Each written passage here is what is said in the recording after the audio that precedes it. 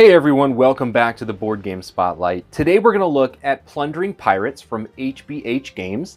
It's a game for 2 to 6 players and it plays in about 30 to 60 minutes. So let's take it to the table and I'm going to tell you about it.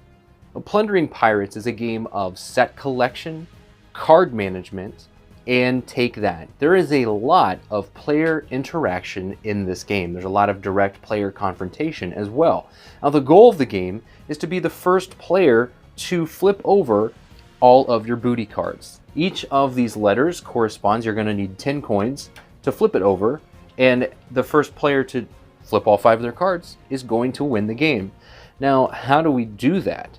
You're going to acquire coins from the central reserve by a number of different ways. At the beginning of your turn, you're going to draw up to 7 cards, but in the first round, each player is going to have a hand of 10 cards. Each subsequent turn after that, if you need to draw cards, you'll draw from this central deck and you'll draw back to a hand of 7. Now there are a number of different acts of piracy that you can play in the game. We have cards like Plunder. Plunder is going to allow you to steal from a player's hand or take a card from the top of the deck. The cards are also multi-use because you'll notice that on the top right, there's actually a number that is going to correspond to a fight. So, a fight is another act of piracy you can play. This is a direct player confrontation. You're going to choose another player and you're going to play a card and they are going to have to respond to that card. So the numbers at the top right are also a way that you can win fights. So you don't necessarily want to play a card like Plunder that has an 8, which is one of the highest values in the game. For its ability, you may want to try to acquire another card from the deck so you can keep this to defend yourself if someone tries to fight you. Now, if someone calls you out for a fight, you could play a knife. A knife cannot be beaten, it can only cause a draw. So if both players play a knife, it's a draw, you go to the next round. In a fight, it's going to go back and forth until there is a clear winner. Now, the loser is going to lose their next turn, but the strongest number is going to determine the winner of that fight.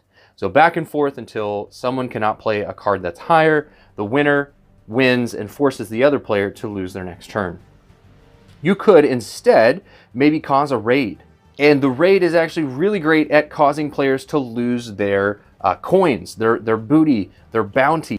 The winner of the raid is going to gain 2 coins from every loser. So that's a great way of harvesting coins from other players during the game.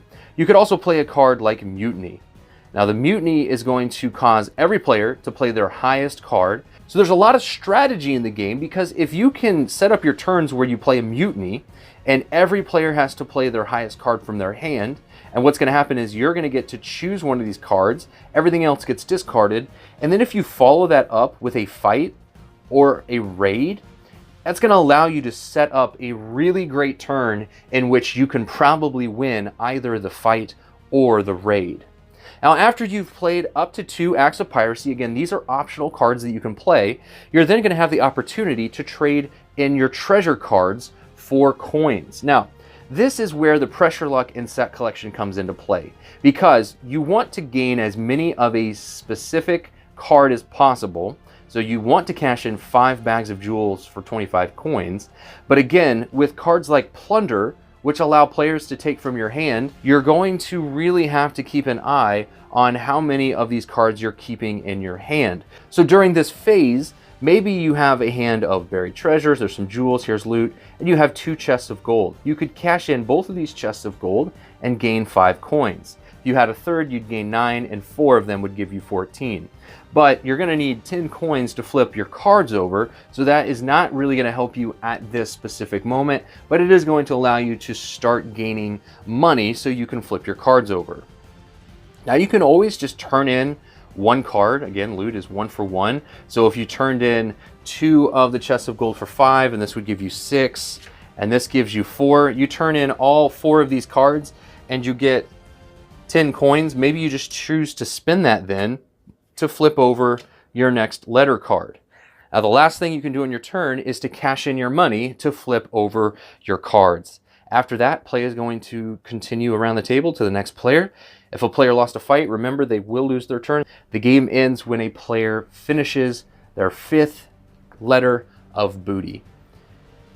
Plundering Pirates is a fast-paced game with a lot of take that, a lot of player interaction, some direct confrontation, but there's a nice level of strategy involved in the game with setting up some card combinations of your acts of piracy.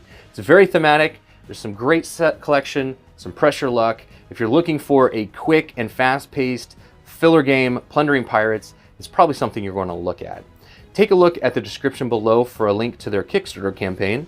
This has been Derek with the Board Game Spotlight, and this has been your preview of Plundering Pirates.